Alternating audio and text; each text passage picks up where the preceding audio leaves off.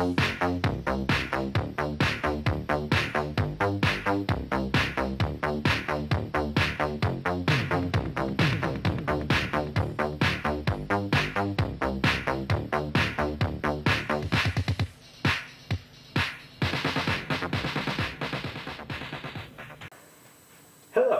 I'm Mr. McBrien. This is TEJ3M, Circuits 2, Basic Circuits. Yesterday we talked about the GUESS system for reporting mathematical problem solving, and we talked about power in a circuit. Today I'd like us to move our way through some definitions of electricity and talk about a very important law called Ohm's law. Okay, so let's start with the question, what's electricity? I'd invite you to pause the movie and think for a second about what your definition of electricity is. And then we'll see if we can compare it with some accepted ideas. Okay, let's start with a definition of static electricity.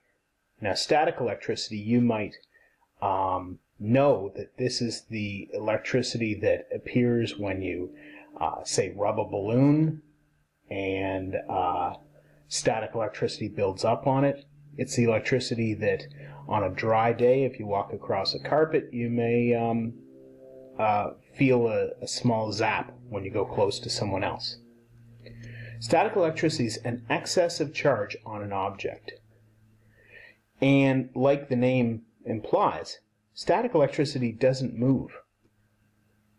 It's measured in coulombs, and you won't be responsible for this definition, but a coulomb is equivalent to the charge of approximately, well, this huge number of protons.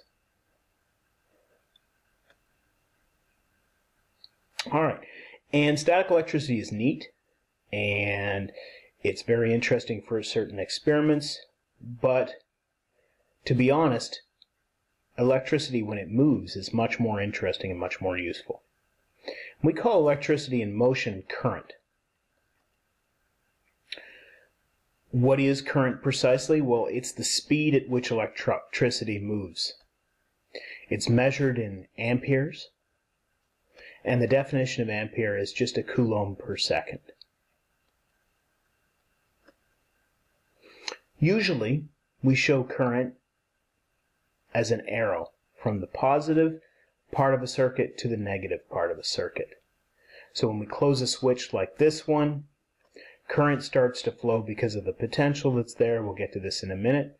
And current flows from the positive part of the circuit to the negative part of the circuit. All right, so it moves. Through what does it move? Well, current moves through a circuit, and a circuit, almost by definition, has to contain a potential source, like a battery, a conductor, typically wires, and a load, like this light bulb shown here. So if you are asked, what are the components of a circuit, of a basic circuit, you can simply answer a potential source, conductor, and a load. Okay, so that potential source, potential difference.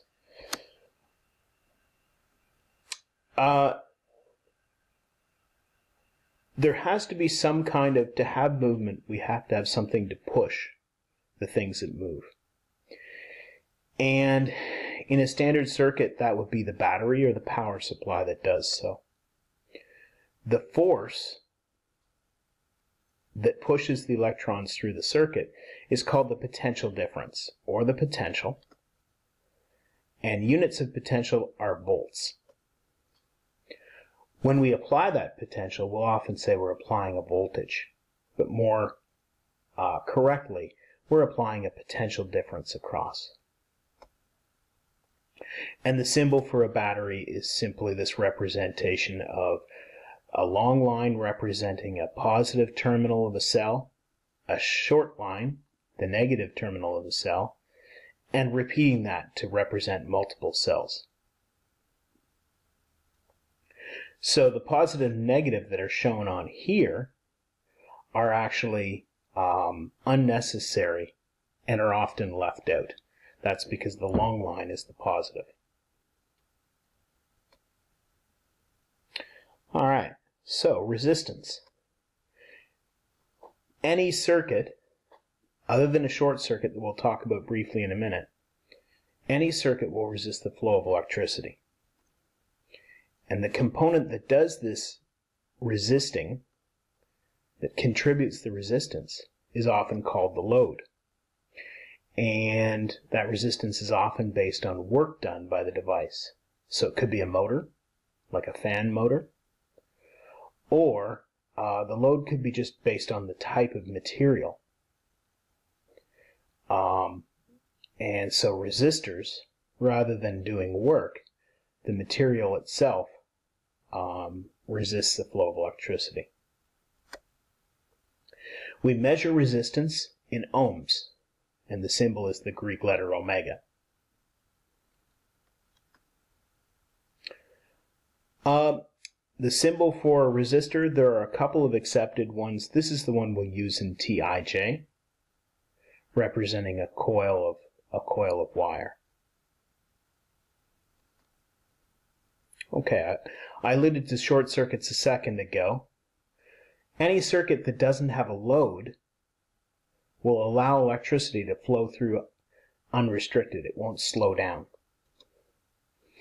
And there are lots of reasons why this circuit without a load is a bad idea.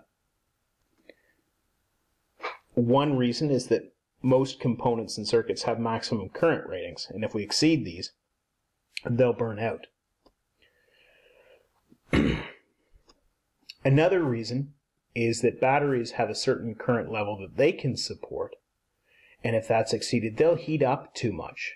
The chemical process that produces the potential difference will go too fast, will generate too much heat, and the battery can explode or burst into flame. And a quick internet search dug up this photo of a house that they claimed the fire was due to a 9-volt battery stored in a junk drawer that connected up the two poles. It was a short circuit. There was a potential difference without a load. So that leads us to a very important rule in this classroom. Never connect the positive and negative terminals of a battery without a load in place. That short circuit can be dangerous at best.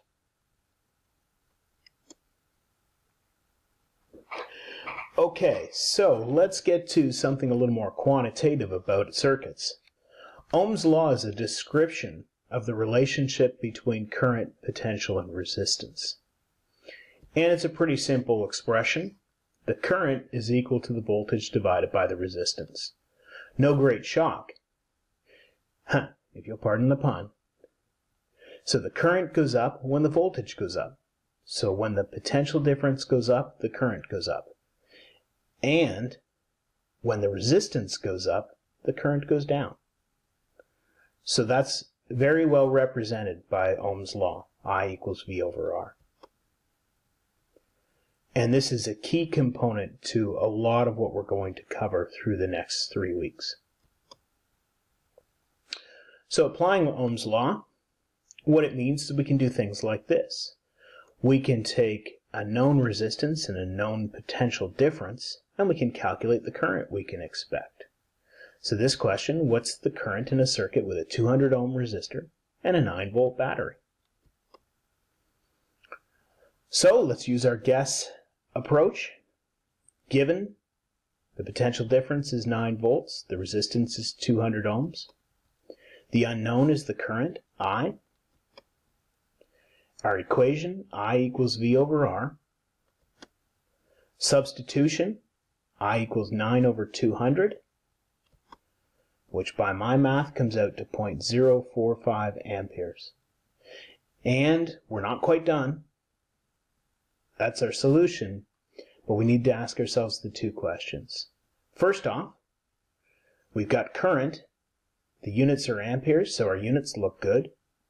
Amps are, of course, are units of current. And does our answer make sense? Well, we're starting to get a little bit of a feel for amps, but it's going to take some time. For right now, we can say that's a pretty low current. Well, all right, and a reasonable current. So we'll underline it and move on. Okay, calculating current with voltage and resistance we've already done. Calculating voltage we can also do, of course. So what voltage is required to get 0.02 amps of current with a 1000 ohm resistor? Our given this time is our current and our resistance. Our unknown is the voltage. Equation, I equals V over R. Oh, wait a second, it's not in the right form, right? We need the voltage on the left-hand side. And so some quick algebra sees that to get voltage alone, we need to multiply both sides by resistance and get V equals IR. Substitute in 0.02 amps, 1000 ohms, and the solution, 20 volts. But we're not quite done. The two questions, well, it said what voltage, what potential. The units of potential are volts. Very good. So we've got V for volts. And 200 volts is, 20 volts is a reasonable amount. That's a pretty high potential, but there are 24 volt batteries. So certainly we could say that this is a somewhat reasonable value. So we can underline this and move on. All right, one more. Why not? We can calculate the resistance. If a 12 volt battery gives us 0.1 amps of current, what's the resistance in the circuit? Again, we state our given, our current and our voltage. We then know our unknown is the resistance. The equation I equals V over R. Oops, not in the right form again. We need to get R on its own. So some quick algebra converts that to R equals V over I. Substitute in 12 volts divided by 0.1 amps. And our solution, 120 ohms. Well, okay, time for the two questions. Ohms are the units of resistance, so that's good. 120 ohms, well, we've seen resistors of this amount. That seems somewhat reasonable. Okay, R equals 120 ohms. Okay, let's sum up.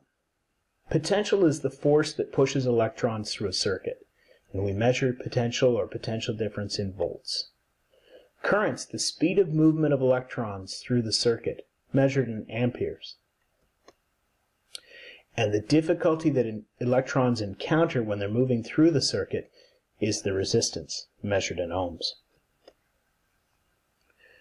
Ohm's law states that the product of the current and the resistance is the potential, V equals IR, or I equals V over R.